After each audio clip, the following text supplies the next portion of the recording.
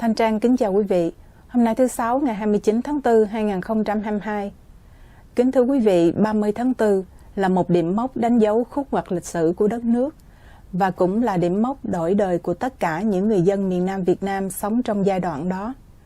Nhân dịp 30 tháng 4 2022, chúng tôi kính mời quý vị cùng theo dõi một loạt phỏng vấn đặc biệt với ông Veith, tác giả quyển Tháng Tư Đen, để tìm hiểu thêm cái nhìn của một sử gia đã bỏ ra 20 năm để viết lại câu chuyện về hai nền Cộng Hòa của miền Nam Việt Nam. Trong quyển Tuốt Kiếm Phương Xa, tác phẩm mới nhất trong 4 tác phẩm viết về cuộc chiến Việt Nam của ông, sử gia Veith đã đưa ra nhiều dữ kiện mới về kinh tế, chính trị, xã hội của miền Nam chưa từng được nhắc tới, để làm sáng tỏ những nỗ lực đấu tranh và dân chủ ở miền Nam trong 2 thập niên 60 và 70. Sau đây mời quý vị theo dõi phần 1, phỏng vấn đặc biệt với sử gia Veith do Phan Dũng thực hiện.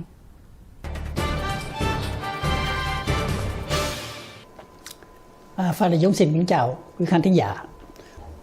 Jay, welcome. Thank you for having me. Okay. Bright coat, leave no man behind. Black April,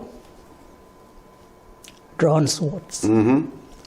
Well, looking at all your 4 books, kind of curious, what's your thesis? Is there any relation between your PhD thesis and all these books?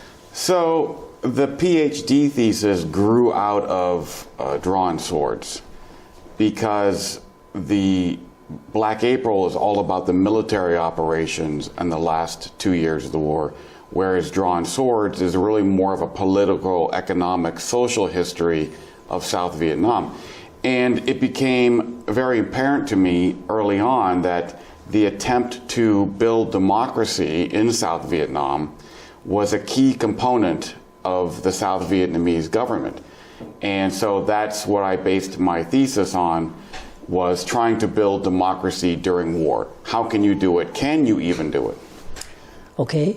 We Vietnamese have a saying, winners are kings and losers are pirates. Yes, I know this, yes. And I'm sorry to say that most of us think we were a pirate. For the last 50 years, we were kind of quiet. Most Americans look at the Vietnam War, at least the Vietnam War that I knew of. All the officials corrupted. We weren't fighting the right war. We don't have the right attitude.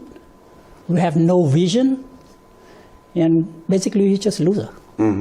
But your book is saying something more than that. Much different, yes. And I've tried for the last 20 years to do 2 things.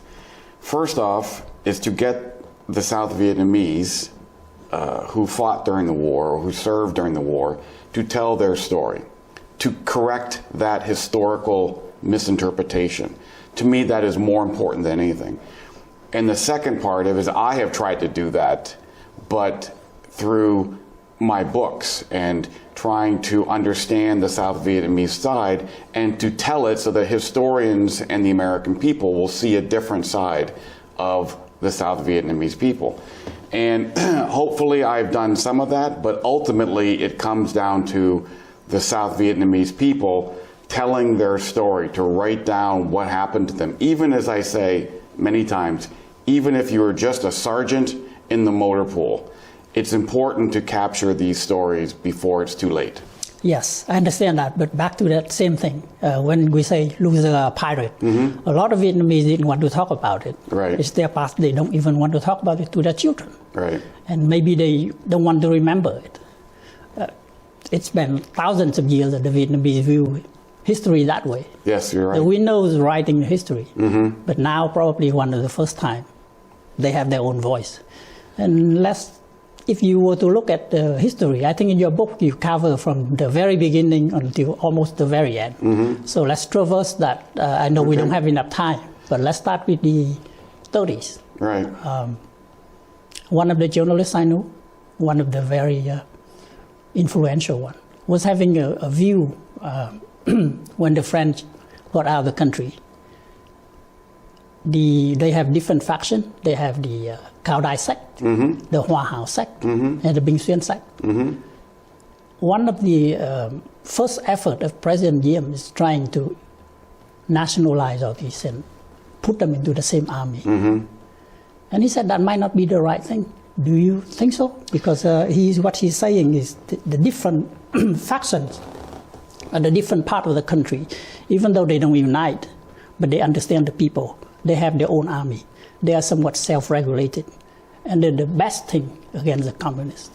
What's your take on that? Well, I think what President Diem was trying to accomplish was to unify the country under one government. The French had built up the Cao Dai and the Wa'ao as divide and conquer to keep the Vietnamese weak so they could control them. Whereas President Diem wanted to unify the country to fight the communists. And you can't do that if you have competing centers of power. And there's nothing more competing than a military, right? So both President Diem less than President Thieu.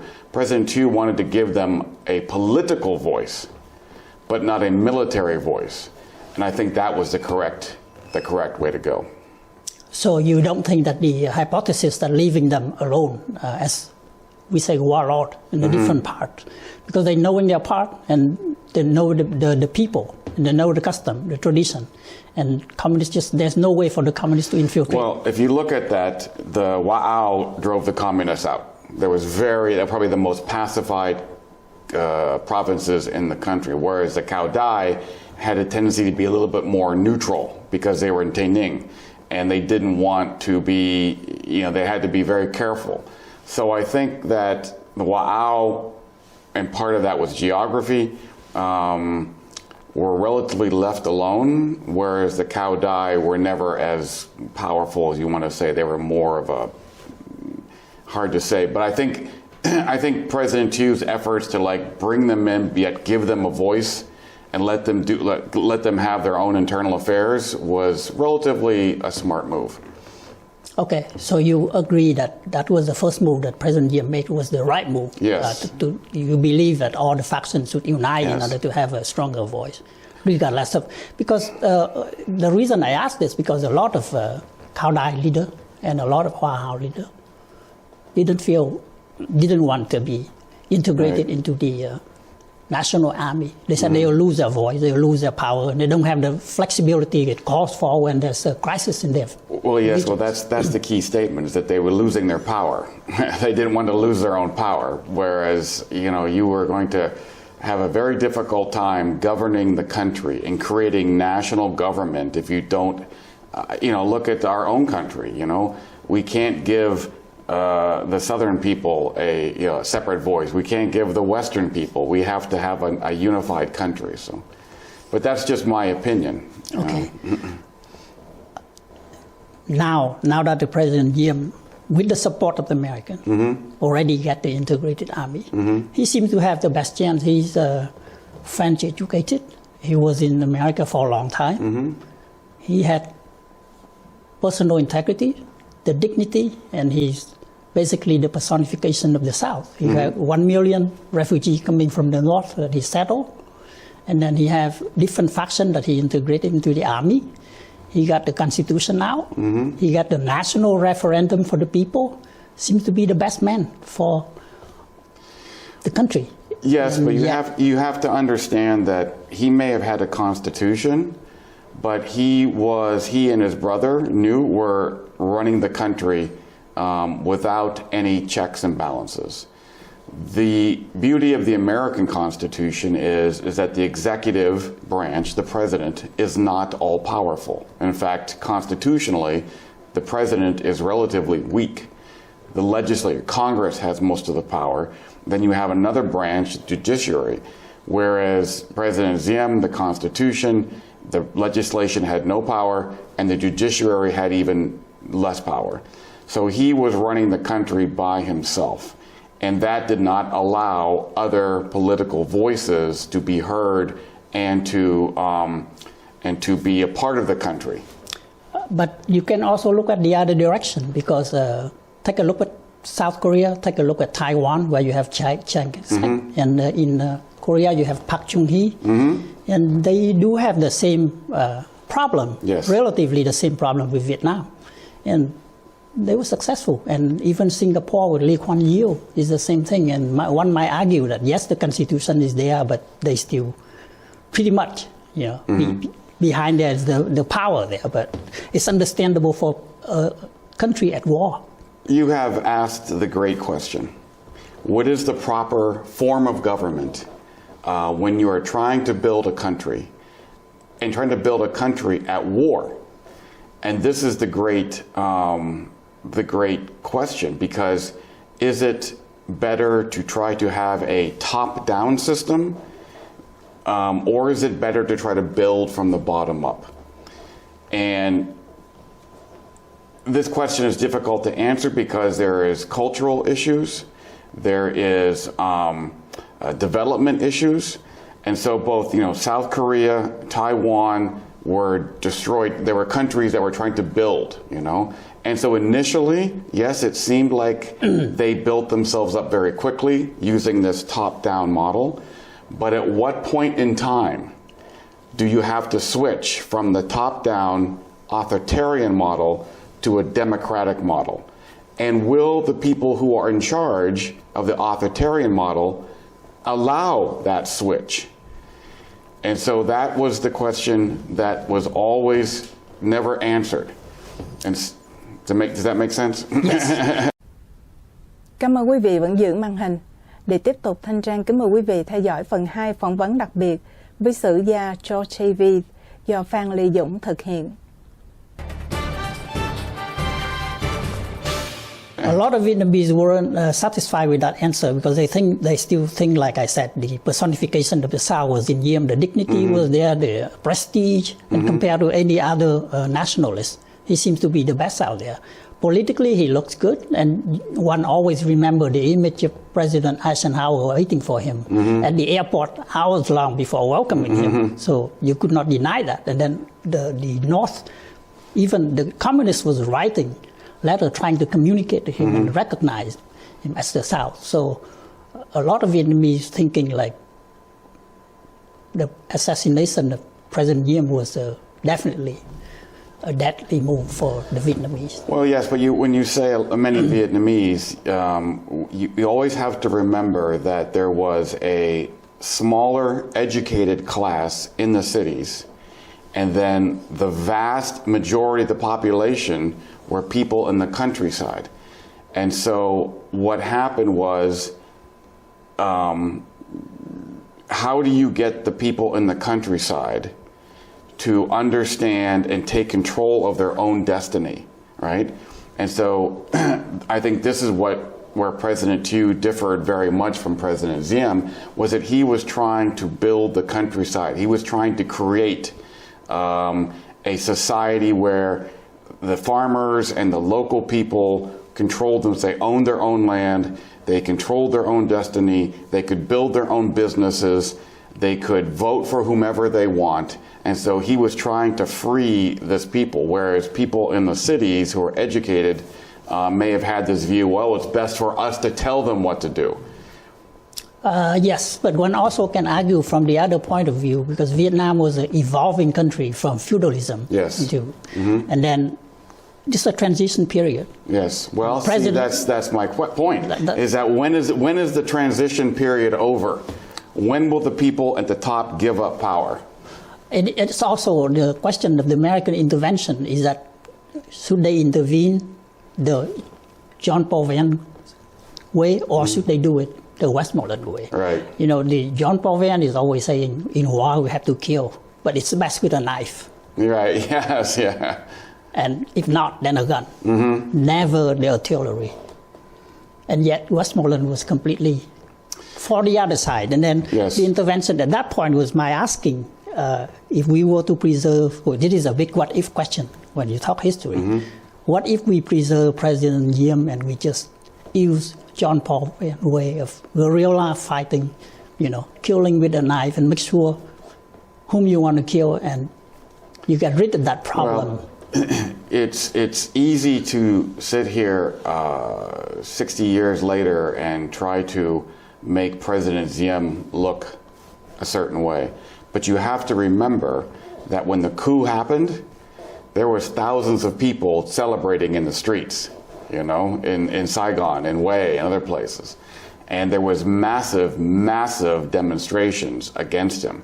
And you have to remember that there was heavy secret police, there was no freedom of the press, there was no allowance of other political parties. He was very much a man of controlling everything.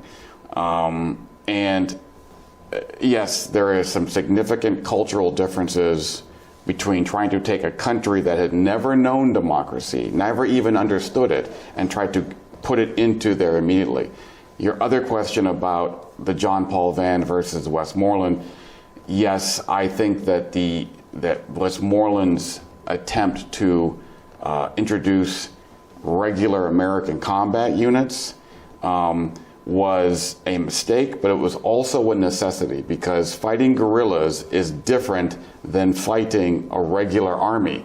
And the regular communist army from the north was coming in, and they had artillery, and they had heavy machine guns. So it's hard to fight a guy with a machine gun with a knife. That's very true, but one would also argue that when the North have the conventional attack, it was only because the American get into the South that they decided to do that, because it was before the American intervention. It was just at the guerrilla level, which I think John Paul Van is. That's by 1963. The guerrillas were now big battalions armed with weapons from the north too. They had regular army officers coming down to the south to help build these units. They were shipping in weapons from the north. So those guerrillas were now becoming battalions also. And some of the biggest battles of the war were happening right after the coup because of these changes in the guerrillas. So you think the coup, in a way, is a conclusive blow to the republic, or without the coup, for example, if the administration was to last for like 5 more years, would that make a big difference? You know, I have to remind everyone that the coup was not the Americans' idea. It was the idea of the generals, General Min, Tran Van Don, Le Van Kim, those people. They came to the Americans and said, hey, we want to do this. And they're like, okay. But we did not go to them. They came to us. And they had the coup because they thought that they were losing the war because of President Ziem's policies and because of his rule. And that the people were now going to the communist side. And if they did not act, the war, they would lose. South Vietnam would lose the war. Yeah, but the main trigger would still have to be the American decision. If the Americans say no, you know, it would be off if you guys did that. Yes, but you know, again, this is always an argument, and you have to be very careful reading the historical records. The Americans did not say yes, but they did not say no either. Okay, so we say they gave them a green light to do it, right? But people have to remember it was still the South Vietnamese generals' decision to do this because they thought they were losing the war because of President Diem. Very true. But see, when the Americans chose to support President Diem, they did it for all the right reasons. And now they give the green light that he's no longer. So is that something? I don't know if you support somebody in the beginning, giving them the resources, or the university students, I mean, you know, professors are coming there from Michigan University, building up the army, building up the political side, economically, whatever, and then right now you give a green light that it no longer works. Do you see something? And it would be really hard to say that they did not support the general. If you were saying that they weren't supporting, it is the Vietnamese, it's very hard to agree with that, I would say. We're going into an area that's increasingly uncomfortable for me. I don't know what you want to say. I mean, you know, we can argue about the historical record for hours, you know. That's very right. I'm just giving you what the Vietnamese are thinking. Most of my questions are coming from the Vietnamese side. Okay. You know, I mean, reading books and everything, but the Vietnamese always have their so-called conspiracy theory or whatever you want. It's also in the United States, but these are really the things that whenever we talk about it, it's just like getting to the same point. Right. Another time we sit down and finally it's still coming to the same point. The first republic fall, it was American. That's what their conclusion. What you were saying is the Vietnamese does have an active part, but the Vietnamese themselves don't believe that they have any active part at all, and they just... Well, that's completely wrong, and that's I guess that's a cultural thing and looking at it from different point of view. But if you look at all the American documents, it's always they came to us, sort of thing. And so I can't. It's hard for me to justify anything that happened all those years ago, but the broader issue of thinking that they have no influence, that always the Americans are controlling things behind the scenes, is the worst belief that the South Vietnamese have, because the Americans were always trying to help, and it was impossible. It's impossible for any people to control someone else. Thanh Trang kính chào quý vị. Hôm nay thứ Bảy ngày 30 tháng 4 2022, đến với VATV hôm nay gồm phỏng vấn đặc biệt và quẳng gánh lo đi. Kính thưa quý vị, 30 tháng 4 là một trong những ngày lịch sử, một ngày đặc biệt và cũng là một ngày đau buồn nhất đối với những người Việt tị nạn. Hồi tưởng lại những sự việc đã xảy ra tại miền Nam Việt Nam, chúng tôi mời quý vị theo dõi những nhận xét và so sánh của sử gia Veith về hai vị tổng thống Việt Nam Cộng Hòa, Ngô Đình Diệm và Nguyễn Văn Thiệu, để đối chiếu với những cái nhìn lầm lạc của giới ký giả, truyền thông ngoại quốc về chiến tranh Việt Nam. Xin mời quý vị theo dõi phần 3 của phỏng vấn đặc biệt với sử gia Veith do Phan Dũng thực hiện. Now look in another direction. If you were to see when the French left, the legacy of Vietnam is all French. And then are the Vietnamese leader really bastard of the French and the Vietnamese? I mean, in a way, like President Thiệu, President CHIêm, all of the Vietnamese officials, they have French education, yes. and they were so-called trained in order to serve the French. Do you think that's the right? Not trained to serve the French, but they were trained in French military schools. And the French military philosophy is, again, very much this top-down, centrally controlled, whereas the American military philosophy is the exact opposite. It's, again, we believe in the American military of giving our sergeants as much power as possible, to put as much power as low as possible, to make them responsible for the actions and not just sit and wait for orders. And that was always, again, this culture clash, because if you look at sort of South Vietnamese culture, again, it's a very hierarchical culture. You name your children, 2, 3, 4, 5, Right. But so Americans look at that as more like we have to, we call it to create the initiative or seize the initiative at the lowest level. I think that's what you see from the military point of view. But what I'm asking was probably from the political point of view.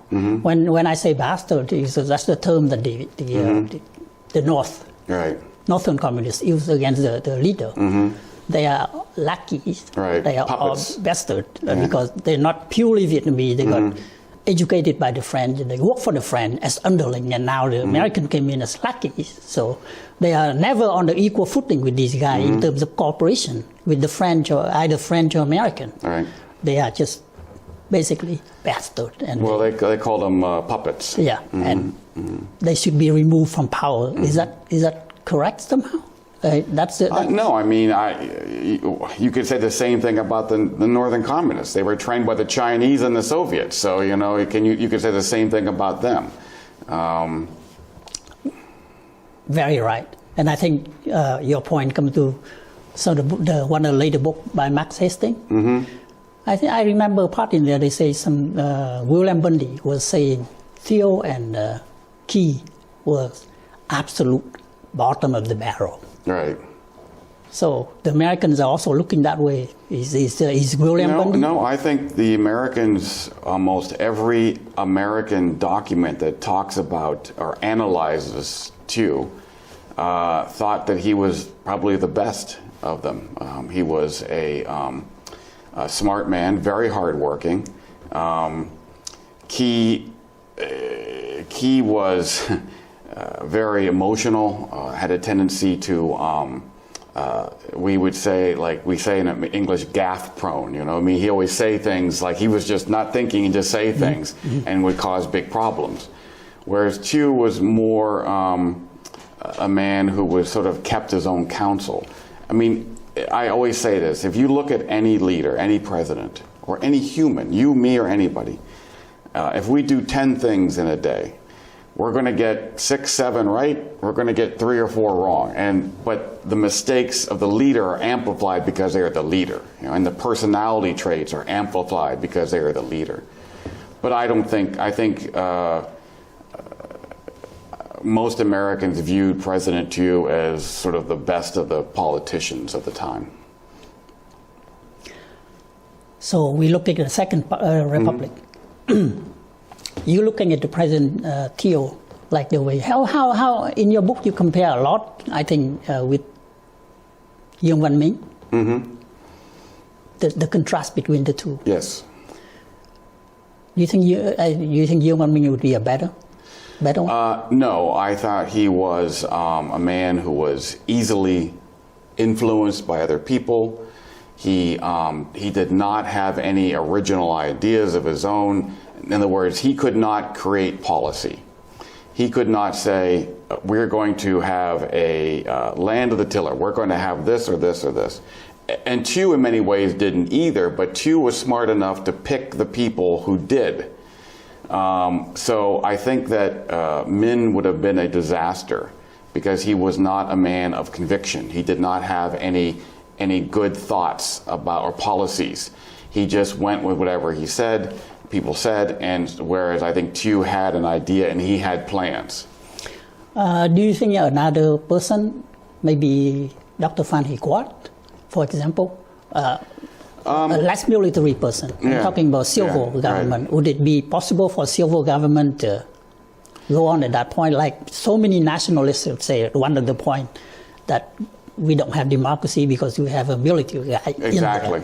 And I think that's the great tragedy for South Vietnam. We always talk about what ifs, is that if the communists had not killed Professor Nguyen Van Bong and he had replaced Prime Minister Kim, then you would have had the beginning of a civilian government, a different view, not only for the Vietnamese people, but for the outside world looking at South Vietnam. They would not have seen the government as a dictatorship or a military government, because now you start to have civilians in charge. And I think ultimately that was the great problem to create worldwide support for South Vietnam, was that you had, even though you had a constitution, you had elections, it was still looked at as a military government. Well, that comes to the media. Right. The way they portray it, not necessarily correct, but what they see at the time was, I don't want to blame any journalists, but most of the things they see are wrong. Well, not that they see wrong, but they wrote it wrong. They didn't speak the language. They rarely went outside into the countryside. They often had information from other people who were trying to, I'm going to say it, run down the government. So, and they were liberal. It was, a time of change in America and stuff. So to be out there supporting a military government made you seem like on the wrong side. Are you talking about the First Republic or the Second Republic? Second Republic, yes. Oh, both republics. Both republics, actually. So the journalists have a very dark view of the Vietnam as a country, South Vietnam as a country. And on the other hand, they don't know anything about the North because they Never been there, yes. Yeah. So would you say it would be better if none of them were existed? It would have done both of the republic a lot better. It would have been impossible to keep. Well, the South Vietnamese government could have said all you journalists gone, but that would have made things worse. You know, now they were like, oh, you're suppressing freedom of speech. You know, so it's catch-22. Exactly, that's precisely correct. A catch-22, yes. So you don't think I mean, a lot of Vietnamese blame the journalists as well. Like my uncle, for example, he was a journalist, and he said, "I hate David Oberstam. I hate New Xi'an. Right. They look down on the Vietnamese. Yes. They don't understand what the hell they're talking about." That's very true. And I think my uncle is have a very typical view of the Vietnamese journalists, I would say. But on the other side, I think that one of the great mistakes was the inability of the South Vietnamese to explain themselves to the world. Well, you've already mentioned that in your book, and I don't know how justifiable is that, because for a typical Vietnamese, with all the problems in their own country and with not enough knowledge around the world to advertise themselves, so that to be an impossible job. Well, they should have. What I'm saying is trying to explain. We are trying to build a country. We're trying to build a democracy, and at the same time, this totalitarian government from the north is trying to conquer us.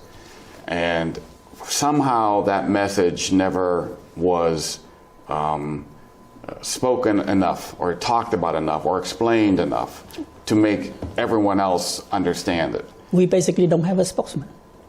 That is very correct. That's a good way to put it, yes. We're not fluent in the language. We don't understand the culture. Neither do we have the time to. We never have the education. How do you expect we do that? I'm saying to try. I'm not blaming you. I'm saying it should have been a greater effort. Yeah, I remember that you wrote in the book, and I was asking myself, are you asking the guy, the guy without any dime to go into a restaurant and buy a good meal and get a good seat on the restaurant? It was just impossible. Your point is well made. Thanh Trang kính chào quý vị. Hôm nay Chủ nhật ngày 1 tháng 5 2022. Kính thưa quý vị, qua lời nhận định cá nhân của sử gia Veith trong phần 3, thì gần như tất cả các tài liệu viết phân tích về Tổng thống Nguyễn Văn Thiệu đều viết rằng ông có lẽ là nhân vật xuất sắc nhất trong số những lãnh đạo tại miền Nam Việt Nam. Và đa số người Mỹ đều cho rằng ông Thiệu là một chính khách xuất sắc nhất trong giai đoạn ông cầm quyền. Mời quý vị tiếp tục theo dõi những nhận xét của sử gia Veith về những nhân vật chính trị trong thời đệ nhị Cộng Hòa qua những sự việc xảy ra tại miền Nam Việt Nam vào lúc đó. Mời quý vị theo dõi phần 4 phỏng vấn đặc biệt với sử gia Veith do Phan Lê Dũng thực hiện sau đây.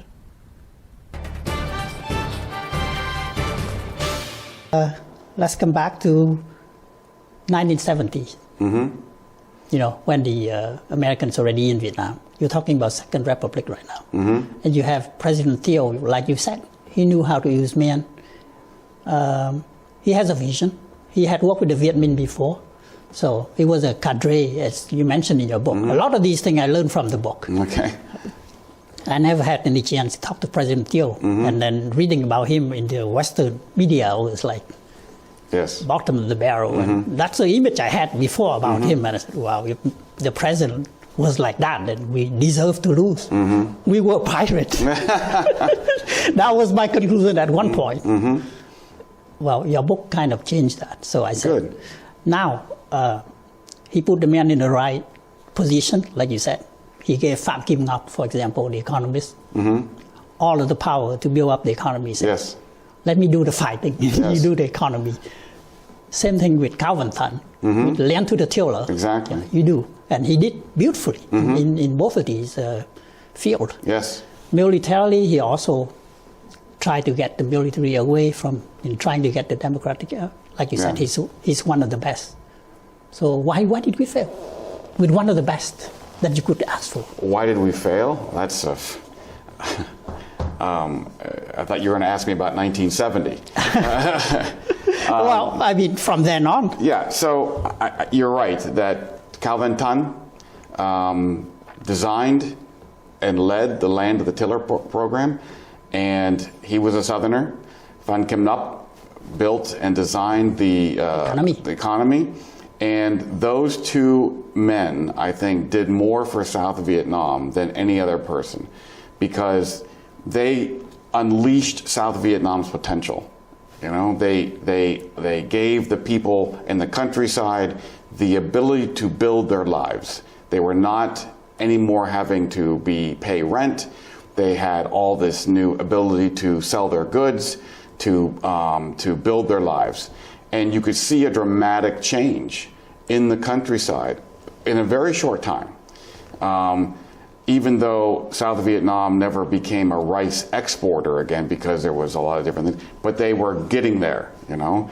And the countryside was becoming, and I've had several people tell me that the farmers were making more money selling rice crops than President Chiu as a salary. So these two men, Pham Kim Nop, Cao Van Tan, I think are the true heroes of South Vietnam. Okay, back to the 68. Okay. In 68, you have a Tet Offensive. Mm-hmm. Militarily, the North was completely, a failure in that. And yet, the American doesn't see that as such. Because, there's two parts you have to remember about this, is that the Northerners attacked the cities because they thought, just like Putin thought Ukraine would fall easily, they thought that the South Vietnamese would collapse. And this goes back to my point about democracy versus top-down.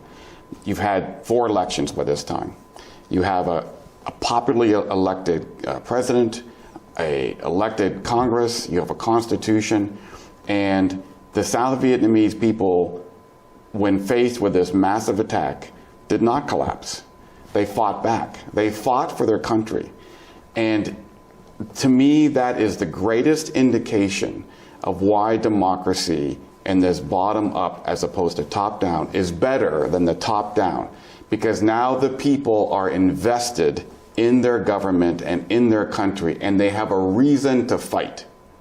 Okay? And I think the same reason why you're seeing the Ukrainians fight the Russians is that they are invested in their country. And if there's ever to me a key point, that is what it is. Okay. One could also see from the other direction. If the people did not support the Viet Cong, they couldn't have made it that large throughout the whole country from every provinces. So people at least not wholeheartedly supported the government the way you see. I think it was less about supporting them as opposed to just not helping them. Just like turning a blind eye. You know, they see a column of VC heading, they just let them go. They don't do anything. 4 years later, 3-4 years later, then they would have fought. And it's the same thing with the second greatest thing that Chiu did was the People's Self-Defense Force. You are physically giving a weapon to a person in the village to help defend himself. That is turning power over to people at the village level, at the hamlet level, and giving them weapons and them not turning them on, not turning against the government, and not giving the weapons to the VC, not joining the VC, is the other great indicator that the people became invested in their government and in their country. What we are seeing right now is looking back like 50, 60 years ago. But at that time, do you think the government really see that? The government must have seen what we were talking about. President Chiu is the one that pushed the People's Self-Defense. No, I'm not talking about the president. I'm talking about the American government. President Lyndon Johnson. Johnson was gone by the time this happened. Yeah, Nixon. I don't think Nixon had any great view of the People's Self-Defense Force. At that point, he was all in favor of, that's what Vietnamization was turning over the military defense of South Vietnam to the South Vietnam people. So in that sense, yes, giving weapons to the people to defend themselves was a good thing. Yeah, back to 1968 again. President Johnson was... The other large event in 1968 was the announcement from President Johnson not to run for president. Okay, yes. What do you think he did? That's a damage to himself, damage to the American, and damage to the Vietnamese at the same time. And I think President Eisenhower say it's such a contemptible act. I don't have an answer for you on that one. Sorry, can't answer that one. Don't know. So now, I think the Vietnamese had enough problem of their own, but then the American was never helping in seeing exactly what they were doing. The Lyndon Johnson did not see exactly the accomplishment that you talk about. President Nixon did not see exactly what the Vietnamese was fighting for. So we weren't helping them in any way. And I think that's not true at all. Who do you think was paying for the economy and the land? It's not just the military part that we were supporting. It's the financial part. South Vietnam did not have a tax structure that could support its budget. In fact, that's what NOP was trying to accomplish. He was trying to wean South Vietnam off of American aid, because ultimately that was what's causing the South Vietnamese budget could not support its own military. And if you can't support then the military had to be built up to replace the Americans and the South Koreans and everybody else who was leaving. To do that requires money. And the only so you have two ways to get the money. Either you print the money, which causes inflation, which makes it even worse, or you get the money from someone else. And so we are the ones that were giving them the money to support the military. So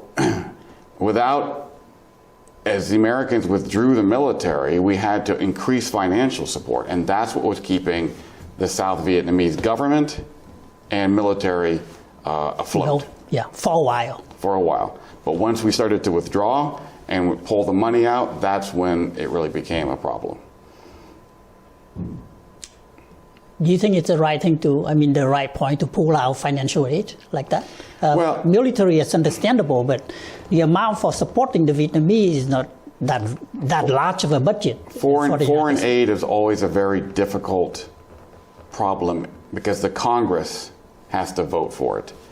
And by 72, 73, 74, Congress was becoming increasingly anti-war, anti-South Vietnam, and so it was becoming increasingly difficult to gain the votes to give the money to South Vietnam.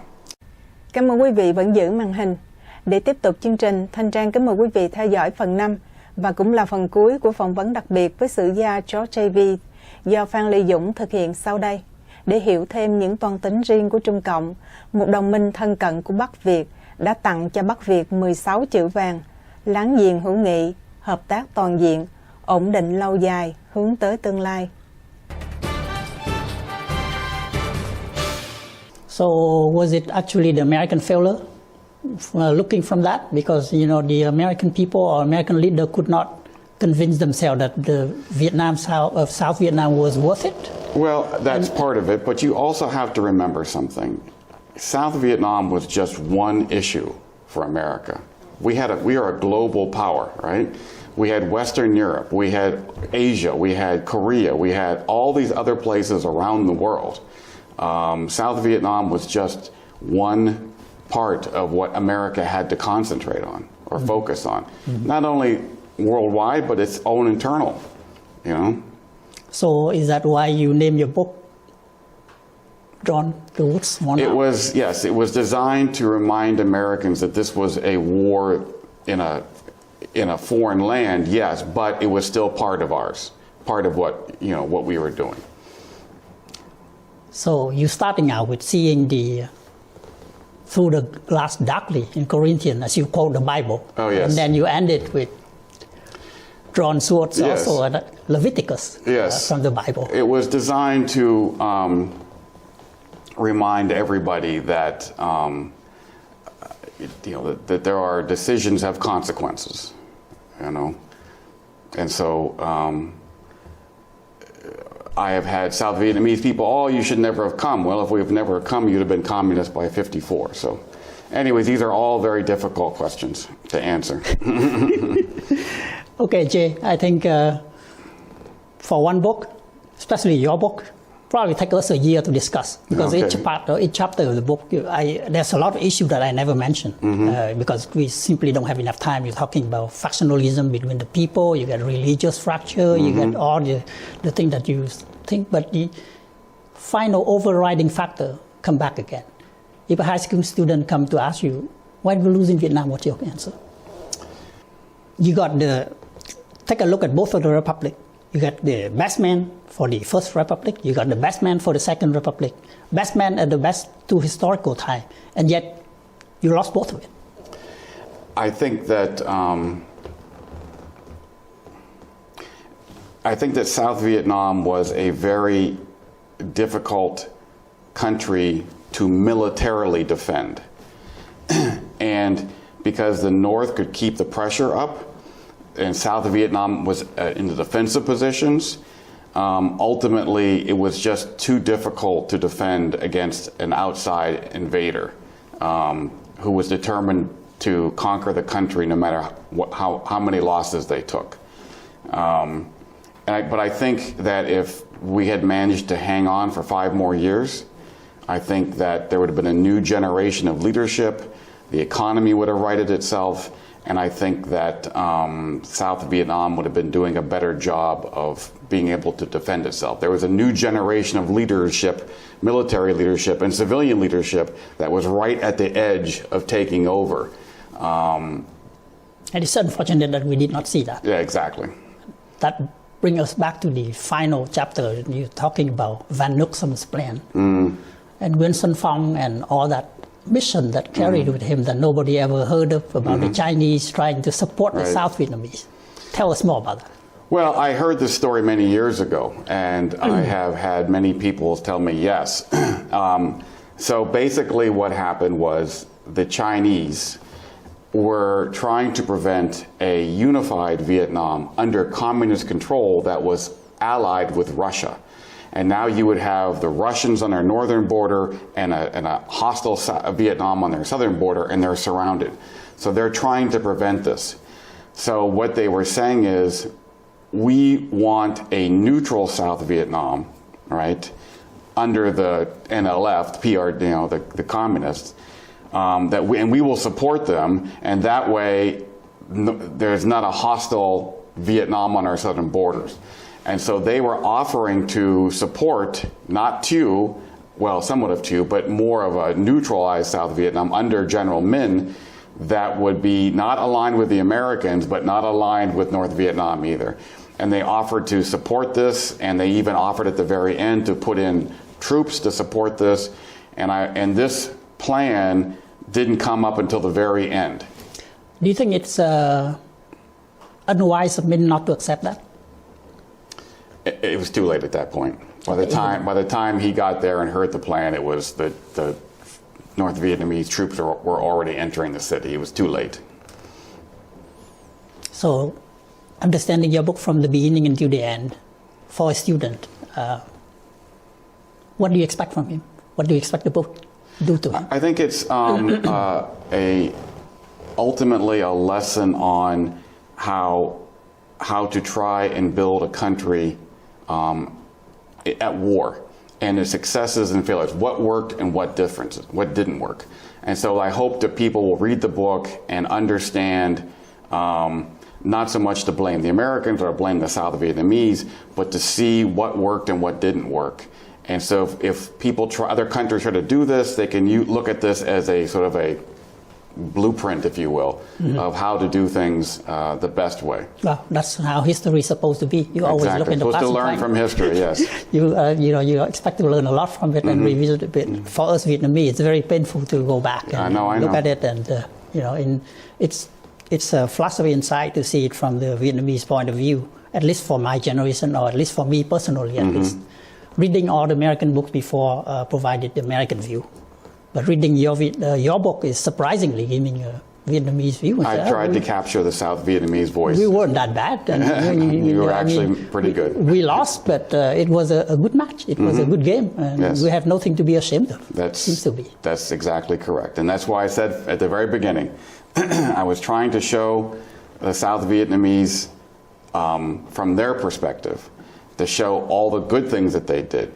Because if you're going to talk about the bad things, you have to be balanced. You have to say both sides of the equation, right? So that is what I tried to accomplish. to tell the South Vietnamese story the best I could. Thank you very much. And if you look back at the book right now, if you were to rewrite it, if you modify, you expand on some part, or is there anything that you plan to do? I don't think there's anything I would change. So you're pretty much very satisfied. I'm satisfied. Yeah, I think I did the best. It's a huge book, so you can only tell the It wasn't story that huge to me. I tried to enjoy it, but it wasn't that huge to me. Yeah. Anything in the future that would modify that book, or you pretty much leave it for the way it is for some I would like to get more documents from the South Vietnamese archives, but that's a much more difficult thing. Okay, Jay. Thank you very much. Thank you. Thank you.